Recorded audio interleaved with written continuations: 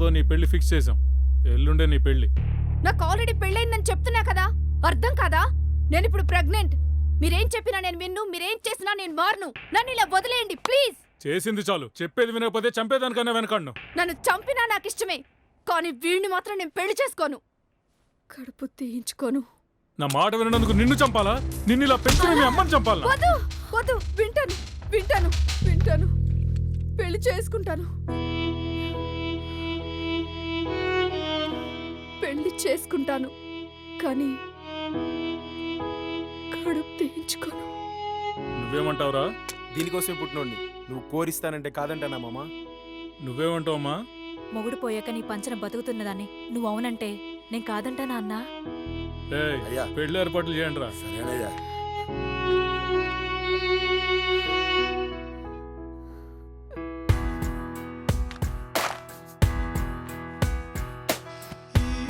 రేయ్, స్వాతికి వాళ్ళ భావనిచ్చి పెళ్లి చేస్తున్నారా? స్వాతి పెళ్ళికి కూడా ఒప్పుకుందిరా. మేమేం మాట్లాడుతున్నాం అర్థమవుతుందా నీకు? నువ్వు ఎప్పుడు కోలుకుంటావు? నువ్వు కోరుకున్న స్వాతిని ఎప్పుడు చేరుకుంటావు? ఏం అర్థం కావడం లేదరా.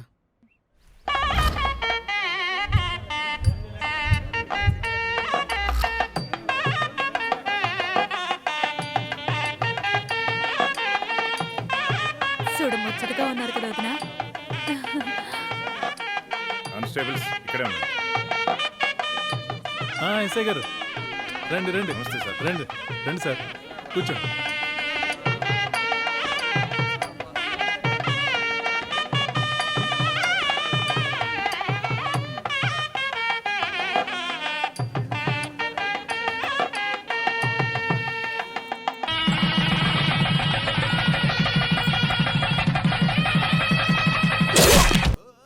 మురళి మురళి మురళి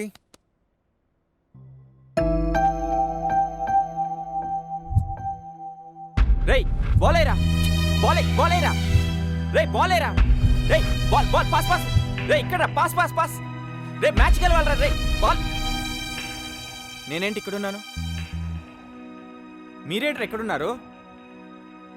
రే మన మ్యాచ్ గెలవాలి కదరా, పదరా స్కూల్కి వెళ్దాం. వీడేం డాక్టర్ బాల్ బాల్ అంటున్నాడు? ఏమైంది మా వాడికి? తన తలకు తగిలిన గాయం వల్ల మన బ్రెయిన్లో ఉన్న యాక్టివేటెడ్ డియాక్టివేటెడ్ న్యూరాన్స్ డిస్టర్బ్ అయ్యాయి. సో యాక్టివేటెడ్ న్యూరాన్స్లో ఉన్నంత వరకు తనకు గుర్తున్నాయి, డియాక్టివేటెడ్ న్యూరాన్స్లో ఉన్నవన్నీ తను మర్చిపోయాడు. లక్కీగా మీరు యాక్టివేటెడ్ న్యూరాన్స్లో ఉన్నారు కాబట్టి తను మిమ్మల్ని గుర్తుపట్టగలిగాడు. అదే డియాక్టివేట్ న్యూరాన్స్లో ఉండుంటే మిమ్మల్ని గుర్తుపట్టేవాడు కాదు. ఇప్పుడు అమ్మాయి నన్ను గుర్తుపడతాడా డాక్టర్? చెప్పలేమండి. తన కన్నా తల్లిదండ్రులనే గుర్తుపట్టచ్చు, గుర్తుపట్టలేకపోవచ్చు. మరి ఇంకా అమ్మాయి గురించి ఏం చెప్తాం? మరి ఇప్పుడు ఎలా డాక్టర్? ఇలాంటి విషయాల్లో మనం ఏం చెప్తామండి? Let the fate decide. ఏంట్రా వీడు కొమ్మలోంచి బయట వచ్చాడని ఆనందపడేలోపే డాక్టర్ ఇలా చెప్పాడు. ఇప్పుడు ఆ అమ్మాయి నన్ను గుర్తుపడతాడో లేదో వీడు. ఏమోరా.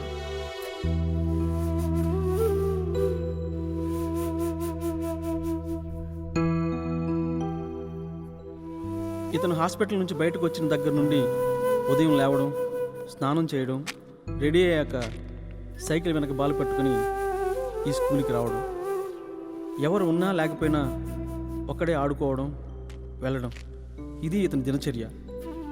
ఓవైపు స్వాతి విడుదల కోసం ఆమె తల్లిదండ్రులు, మరోవైపు స్వాతి విడుదలయ్యాక మురళి గుర్తుపడతాడో లేదో అన్న ఆతృతతో అతని స్నేహితులు ఎదురు చూస్తూ ఉన్నారు.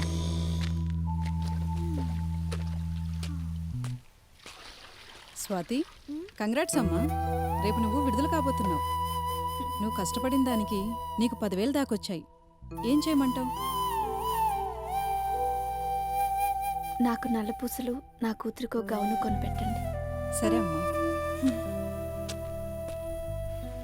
ఓకే అన్నా, మన గుడంలో 4 పుట్లు ఒడ్ల బస్తాలు ఉన్నాయి, అన్నీ బండి ఎక్కించి పంపించేస్తా, ఎత్తుకోనా?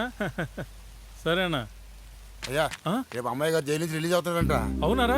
రే ఎంత మంచి వార్త చెప్పినవరా ఇంత కాలానికి. మన వాళ్ళందరినీ తోడుకొనరా, మనందరం పోయి అమ్మాయి గారిని జైలు నుంచి తోడుకొద్దాం, సరేనా? అన్నా విన్నావా? మంచి శుభవార్త, మన అమ్మాయిని విడుదలైతారనంట. అమ్మాయిని అందరం పోయి తోడుకొద్దాం రేపు. ఎలా ఉన్నారు? బాగున్నావు. మురళి ఎలా ఉన్నాడు? అలానే ఉన్నాడు. పాప కూడా బయలుదేరింది. అత్తమామల గురించి ఏమన్నా తెలిసిందా?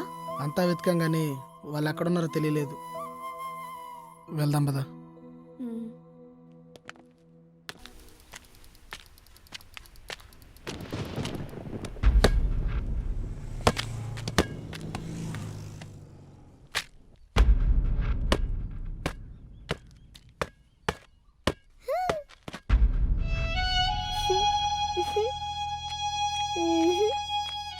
ఇదిగోండి మీ బాల్.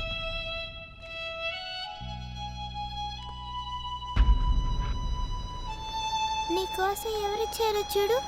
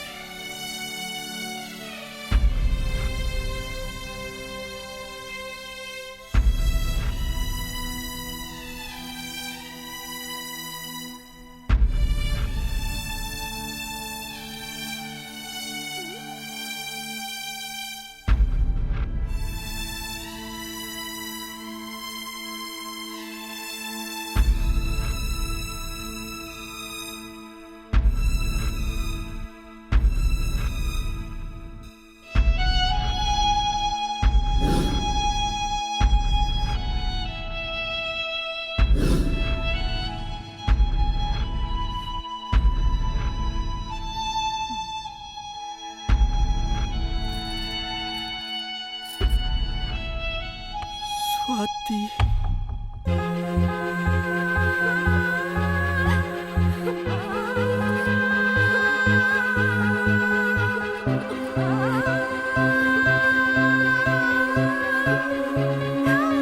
ఇన్ని రోజులు నన్ను వదిలి ఎక్కడికి వెళ్ళావు స్వాతి? నిన్ను వదిలి నేను ఎక్కడికి వెళ్ళలేదు మురళి. నువ్వు లేవని తెలిసి వెళ్ళిపోయాను. నువ్వు ఉన్నావని తెలిసి వచ్చేసాను. ఇంకెప్పుడు నన్ను వదిలి వెళ్ళిపోవు కదా? వెళ్ళను మురళి. ప్రామిస్? చావైనా బతుకైనా నీతోనే. ఇంకెప్పుడు నిన్ను వదిలి వెళ్ళను. ప్రామిస్? మురళి, స్వాతి,